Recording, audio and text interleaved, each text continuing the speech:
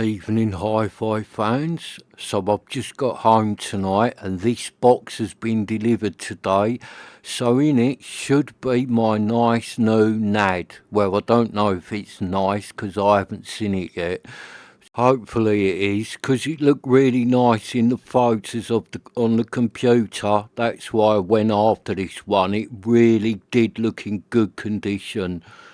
So it is a NAD 7020 receiver from 1981 and it's 20 watts per channel, and it has got the pre-out main-in coupler on the back, but I did notice in the photos on the computer it's got the couplers missing, so the little like loops that link it at the back, they are missing. But that won't be a problem because I've bought a couple of receivers lately with that pre-out main in and they have got the links in them.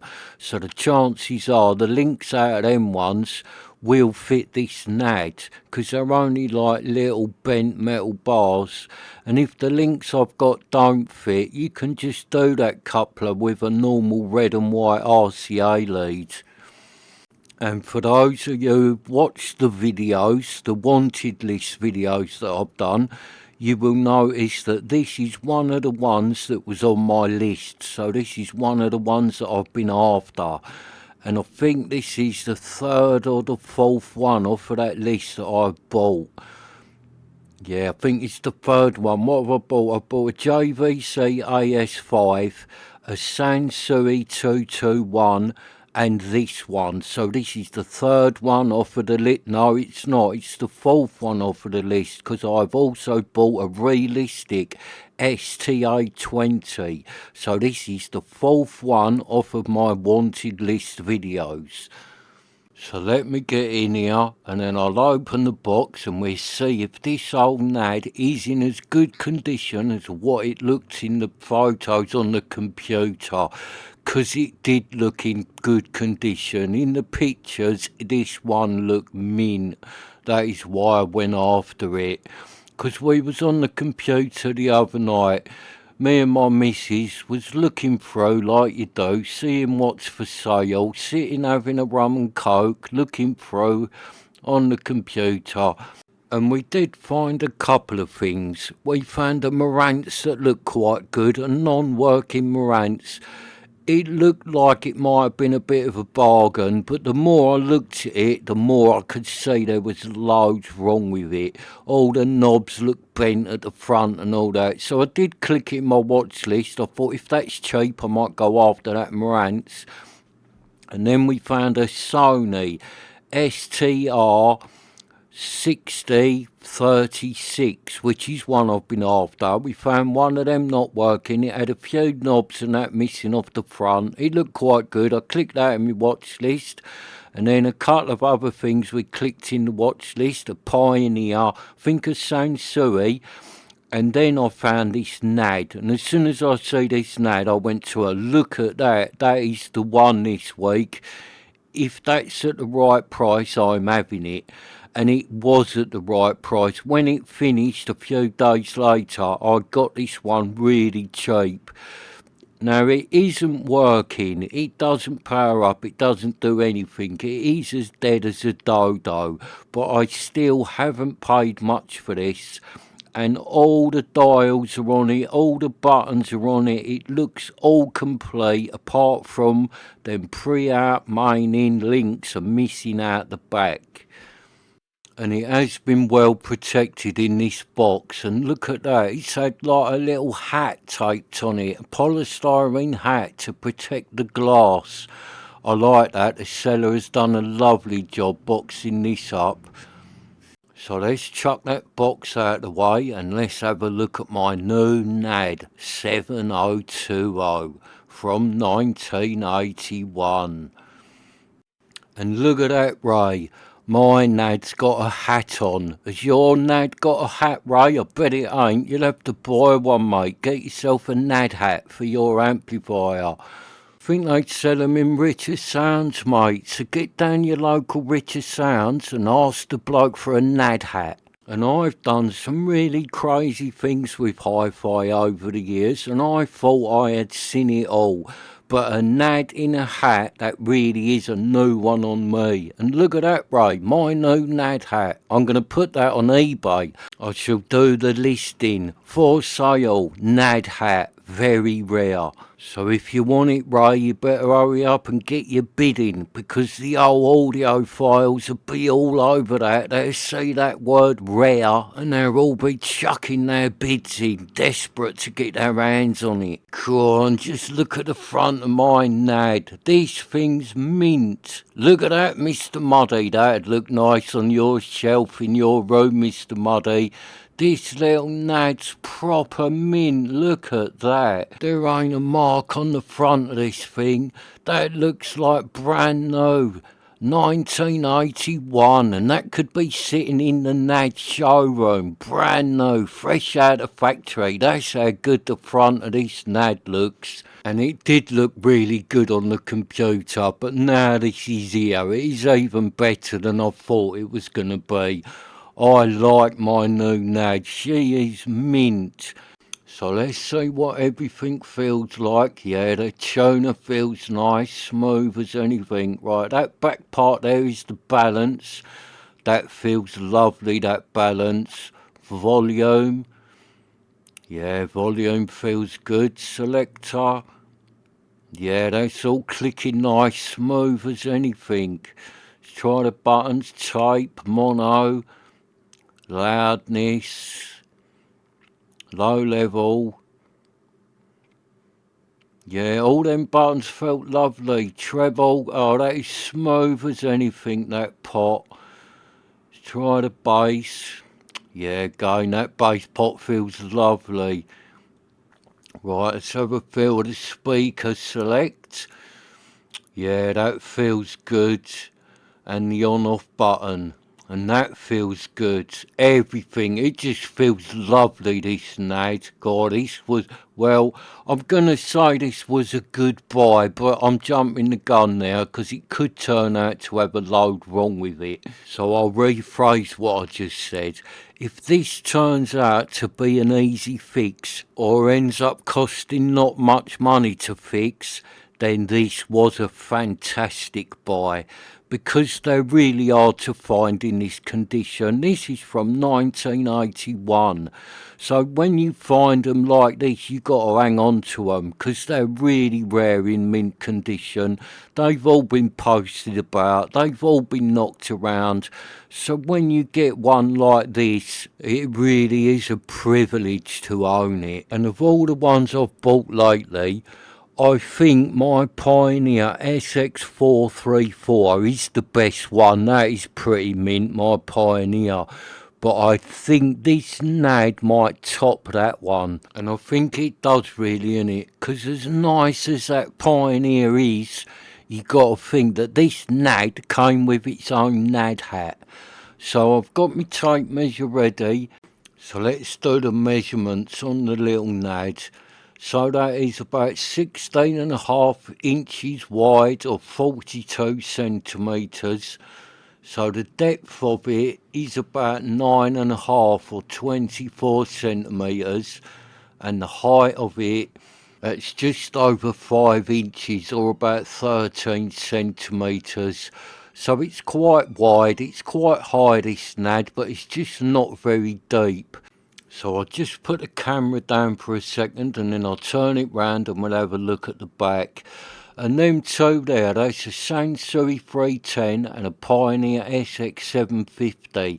Now that Pioneer 750, that is pretty mint.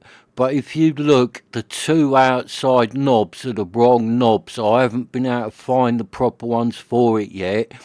And it has got a few marks on the top of the cabinet, but other than that, that is pretty mint. And that Sansui there, all the face and all the front on that is really good. It's just the side wooden panels are a little bit knocked about on it. So just look at the back of this nad. That looks like brand new, the back of this nad.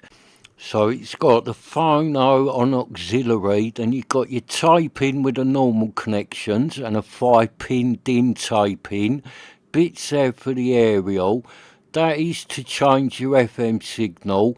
Got clipping on and clipping off, and your speaker terminal, so it will take 2 sets of speakers, this old NAD. And there you got your preamp, and where that says out and in, that should have little metal loops linking them together. Without them in, you won't get no sound out of this NAD. And then you've got that lab in, which from memory, I think if you plug into that, it bypasses everything, so it's sort of like putting the direct button on. I might be wrong on that. If I am wrong, message me, because I might be talking a load of old tinkering fairies about that lab-in, but I do think that's what it is. So if you look through the top there, just look in there, these things looks mint inside. Someone must have cleaned this thing right up, innit? Look in there, that looks mint. And that gold bit there, that's the transformer, so that's still inside it, and everything looks inside it. Does not look like it's had a load of parts ripped out of it, this one.